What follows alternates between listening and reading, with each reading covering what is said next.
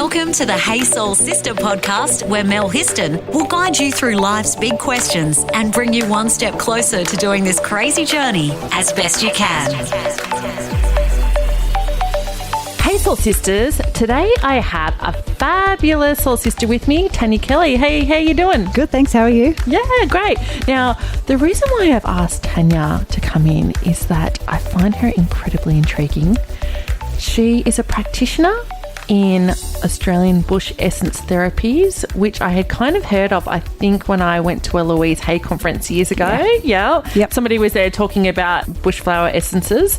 Tanya is also a Reiki practitioner. Yes. And an author of 3 books. Yes. Been busy. So, number one, I love hearing about different alternate therapies. You know what? They have really helped me in my life. I'm a big believer in traditional medicine and, you know, if you've got ailments, you need to go to the doctor. But I love alternate therapies, and they've taken me on this whole side of self-discovery that I never would have. I'm the same. Yeah. Absolutely. Yeah. In my early 20s is when I first started to look into alternative therapies, of what they were called back then. Yeah. Herbal medicines, Reiki, all of those sort of things. And then from there, it's just grown. Yeah. My interest in those and my knowledge and wanting to actually be a practitioner of those things as well. Yeah. And it's funny because I know a lot of people are not necessarily into alternate therapies. I've got some friends and they're like, yeah, it's just too woo-woo, don't get it, don't understand. I totally get that. But I just know we are literally all trying to navigate this crazy life journey as best we can. Need as much help as possible. Yeah, that's what I think. Yeah. Especially. Yeah. Absolutely. So I'm really curious because when I was doing a bit of research and reading about you, you work for an imaging business. I do. Have been there for 20 years. So you work in the medical I do. realm. Yes. I don't work as a... Radiographer. No, I work with the computer system of all things. So you're an IT? Yes. Yes. Yeah. Okay. So how on earth did you discover Australian bushflower essences? How and how does that even work? What's the journey? Balance. I needed balance. Yeah. Yeah. So being in that technical realm where I have to use the logical side of my mind and be analytical, it was more for me being able to be creative and getting into my intuition. And Australian bushflower essences I've used for years. And that was to help with my things like anxiety and my own depression. Yeah. And so they helped me get through those things. And then when my daughter was going through a really difficult time about 2 years ago, we did the traditional route and needed to do the traditional route of psychology and other things. But I found for her the Australian bushflower essences really helped with the underlying negative beliefs that she was having about herself. So for me, I really wanted to get all the knowledge I could so I could make my own blends for her and also support me as well through that time, because it was really quite difficult as a mum to see your child suffering, heart-wrenching, and you can't fix it. There would be a lot of mums that would totally relate to that. It's really hard when your children are well, and you don't have the tools. You're not supposed to have the tools to fix it for them, but you can help them and you can support them by doing these things. And then for me, it was more about making sure that I was able to support myself while I was helping her through that journey as well. So learning about them and doing the correspondence course, which was fantastic because it was through lockdown. So I was able to do it all through correspondence and learned so much, and brilliant. Okay, so tell me, what is it? Because I actually don't fully understand. Yeah. So Australian bushflower essences. So think of the flowers. So something like the Waratah flower. It's quite red and vibrant and beautiful, and it's very bold.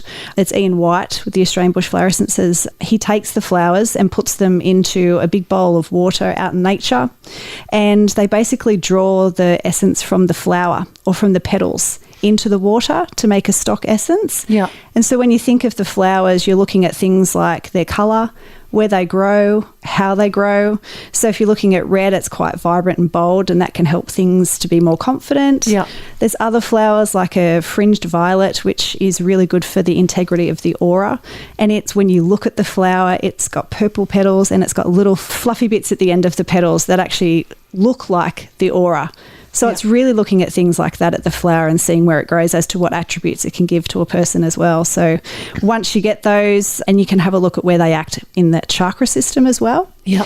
So once you have all of that knowledge and you've got your little flower insight cards, you can really dig down into what a person actually might need.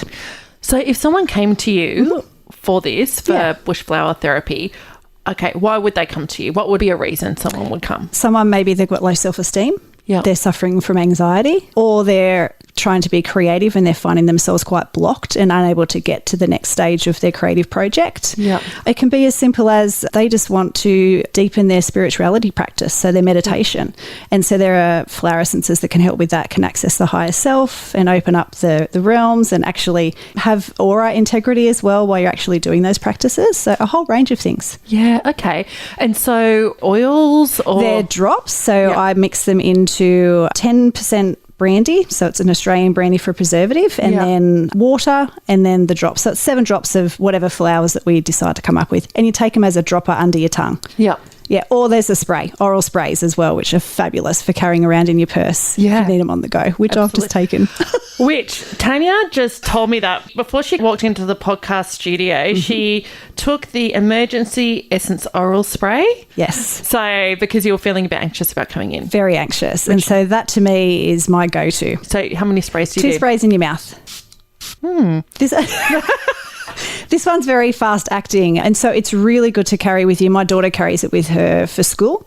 So anxiety when it comes up, or that panic attack getting to that point. If you've been in a car accident, it's that trauma response as well. Yeah. So that one's for me, it's a real go-to. And so is it a bit like Rescue Remedy? Yes. Yeah. It's just their bark flowers, and these are Australian bush flower essences. So very similar. I have used Rescue Remedy before. I remember Same. the first time I ever emceed a wedding, which was a long time ago, I think I did a bottle. I was so I'd never done that before. I was so nervous. So I remember I'd do that. Oh, okay. So it kind of just like takes the edge off. Yeah, and it also protects the aura as well, particularly if you've been in a trauma, if it's been an accident or a car accident or something that's happened, a confrontation, then it can help build the aura back up to protect yourself, things like that. But that one for me is the go-to. Yes. So that just kind of like takes the edge off like your nervousness. It just helps bring you down with calm, but also affects your aura. Yeah. Okay. Want to fill your soul with more? Go to thesistercode.com. Can I ask how? I mean, with the aura. Yes. Yeah, so I've had heaps of aura photos. Yeah, lovely. Especially when I go to Byron Bay, go to the Crystal Castle. I love aura that place. photo. And it's really interesting that, depending on what's going on for you, they show up, your aura can show up differently in terms of colour and size and where those different colours are on your body. So how does the bushflower essence, because you said that a couple of times, you mentioned that it helps with your aura. Yeah, so when you think about their flower essences, they work on a vibrational level, which is your aura. It's energy. Yes. So they're basically just working on your own energy fields and supporting it, and they're self-adjusting. So if your aura needs fixing in a little area, it will go there. Yes. But if it doesn't need fixing elsewhere, then it doesn't go there and doesn't touch that. It's kind of like Reiki as well in that instance, where it's just using what it needs to. So it's really vibrational and energetic healing. Yeah. Okay, years ago, my sister lives in Byron Bay. So she decided to do an experiment and went and had an aura photo taken every day for a week, because there was a place actually in Byron on the main street that did aura photos. Now you have to go up to the Crystal Castle, but there was a place in town. So she decided that she would do that every day for a week, and she's got the photos. And it was interesting, on the Sunday when she went, she was incredibly hungover. So she'd gone out Saturday night and hit it a bit too hard. Sunday, incredibly hungover, and her aura was black. Yep, that's what it does. It was like amazing, because, I know a lot of people would, poo-poo the aura photos and go, it's not real. But I go, that was interesting that she went to the same place every day, Sunday, hungover, black aura. Yes. So anything like that, like illicit drugs or alcohol, will bring the aura back in closer to the body, and it will let other things in. So you're more likely to have an argument or let something get to you, or a psychic attack coming in. Whereas if she had gone and meditated for a day and really increased her vibration, then the aura would actually expand and go back out and change colours. So That's really, That's interesting. Okay. Well, I'm going to say I am feeling very nice and chill right now after taking the emergency essence oral spray. So did your daughter, did that help her? Yes. Yep. So we were able to provide, when I was doing my study, I was able to provide her with specific flowers that were good for her, for self-esteem, for feeling quite flat and drained, for her. So I was able to give her ones that were specific for her needs. And she really was able to come out of that, obviously with other help that she needed. Which is something that we need to say is that this isn't like, okay, you don't forego traditional treatment. Absolutely not. not. For anything. It's just more a complementary. It's like a complementary therapy. That's how I would describe it, a complementary. Yeah. And so now she's come out the other side. There is an actual spray as well, or an essence remedy called Comfort. It's for confidence. And so she's actually now feeling like she's ready to take on the world. So she's actually now taking the confidence one rather than just working on those negative things. She's really ready to step out into being the young teenager that she is. So it just goes to show that these things can help with other treatments. With other treatment, yeah, absolutely. It's like when I was going through my breast cancer treatment a long time ago, I discovered kinesiology. Oh, I love that. So it was actually going through that breast cancer treatment in that time of my life that I actually discovered like meditation, mindfulness, and kinesiology. And again, I didn't not have the medical treatment. I did not have the chemotherapy or the radiation treatment or the surgery. I did not have that. But I had the kinesiology because it actually just helped me learn how to be calmer, to dispel or reprogram any negative beliefs I had about myself or the world. And it helped me with my sense of self to get through that time. So, yeah, we're not, I guess, saying it's like, okay, you don't forgo any. Oh, absolutely not. Yeah, it's a complementary therapy. Definitely complementary. Yeah. Yeah. Which, tell me about Reiki, because you've become a Reiki practitioner as well. Just recently, Yeah, and I love Reiki. Yeah. So do I. I was attuned to Reiki 1 a few years ago now, and it was just something that I wanted to do for myself and for my daughter. And I kind of experimented with my plants, like giving them Reiki and seeing how they grew on my food as well for nutritional value. And then I was like, I really wanted to take it to the next level. So for me, the Reiki is that energy that I can feel and I can use for myself and for my daughter, but being able to then share that with another person. So it's that hands-on. I'm more of a channel for the universal life force energy that goes into a patient, but it's not me doing anything other than being the channel, and it's up to that person and their intelligence, their higher intelligence, taking the energy and sending it to where it needs to go in their body, which I think is just great because it's really not me doing the work. Yeah. It's them. Yeah. And they just don't realise it. Because that's what Reiki is. It's about if you might be feeling, and I know I've had Reiki done, I've had Reiki a number of times as well. And again, it's usually if I'm like feeling a bit out of sorts and I can't quite put my finger on it, or I might be feeling a bit stressed or anxious, I'll go and see like a Reiki practitioner. And really the Reiki is about channeling through universal love to the person who's having the Reiki. Absolutely. Through laying on hands so that they feel calmer, that universal love goes into them. Absolutely. And and it's that it's very grounding. It can be very balancing. Yeah. And a lot of people find that they're quite relaxed when they're having it done, and the body then is allowed to do what it needs to do to allow the energy to come in and to go where it needs to go and unblock what needs to be unblocked. Yeah, but doing it safely, and the body will only allow that to happen if it feels safe enough. I fall asleep every time I have Reiki. So do I. Every time. But you go, maybe that's what's meant to happen. That's what's meant to be at that time. Want to save your soul? Review us on Apple Podcast. Okay, so you've really gone down a whole spiritual path. Yeah, I have. Yeah. It's taken a long time. I've always been interested in it, but it's probably not until the last maybe 5 or 6 years where I've really decided and made the choice to go that way and take responsibility for my life. There was a lot of things that I was doing that was, it was alcohol, there was depression, low self-esteem, and what I really wanted to do was start taking responsibility for myself and my life and my own happiness. Yeah. So I chose to go down this road of coming back and finding myself and self-discovery, and it's kind of led me down all these different pathways, and I've really found my little niches with the Australian bushflower essences and Reiki that have really helped me. I have kinesiology as well. I have energy healing sessions as well, but for me, I've finally gotten to a place where I'm like, I'm ready to actually share this now. Yeah. Good on you. And I suppose for those people who are listening and may not have started that whole, I suppose it's a journey of self-discovery and self-observance, observing yourself, and also developing your own personal spirituality. Yes. It's been such a life changer for me. Yeah. And I know a lot of people don't necessarily believe in that, or they're not ready to go down that path. But I just know for myself that it's opened up my world in a whole different way. And it all started from that time of trauma with the breast cancer. Yep. Yeah. Yeah. Usually there'll be something that will kind of flick the switch and kind of go, well, hang on a sec, let's start doing something here that's really going to support yourself. Yeah. You can't be everything to everyone else. You've got to start being for you. Yeah. And the belief and the premise is that, you know, there's a universal life force around all of us. Absolutely. That connects all of us, and that is love.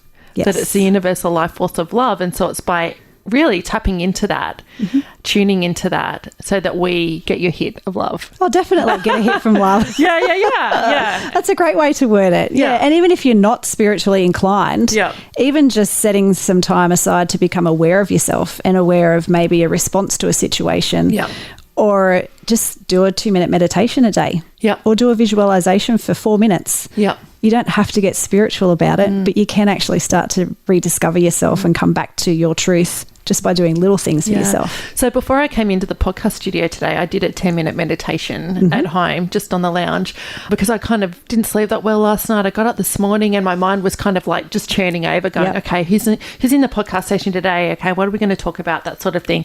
So rather than my mind racing, I was like, no, I need to stop. And actually did a 10-minute meditation. Then all of a sudden, it's like total calm. And it's like, okay, ready to go. My mind is clear. I'm ready to go. And we'll see what arises. Love it. Yeah. Let's get soulful on social media. Search the Sister Code Facebook page and follow us on Instagram. Tanya, Bush Essence practitioner, Reiki practitioner, but you've also just about to release your 3rd book. I am. Yes. Okay. So I love that you're an author. Yes. You're a self-published author, about to release your 3rd book. Tell us about your books. I started writing the trilogy 11 years ago. Yeah. It took a while. Obviously, 11 years is a long time to write 3 books, but I've been busy doing other things. Yeah. I love romance. I've always read romance, but I also like action and crime books as well. So I wanted to combine all of them in my books. So the story came to me. And it was just the 2 characters to begin with, Amy and Xavier, in the first book. And from there, I knew that there was going to be 3 books. Yeah. And I knew exactly who the characters were going to be. I just didn't quite know the depth of their stories.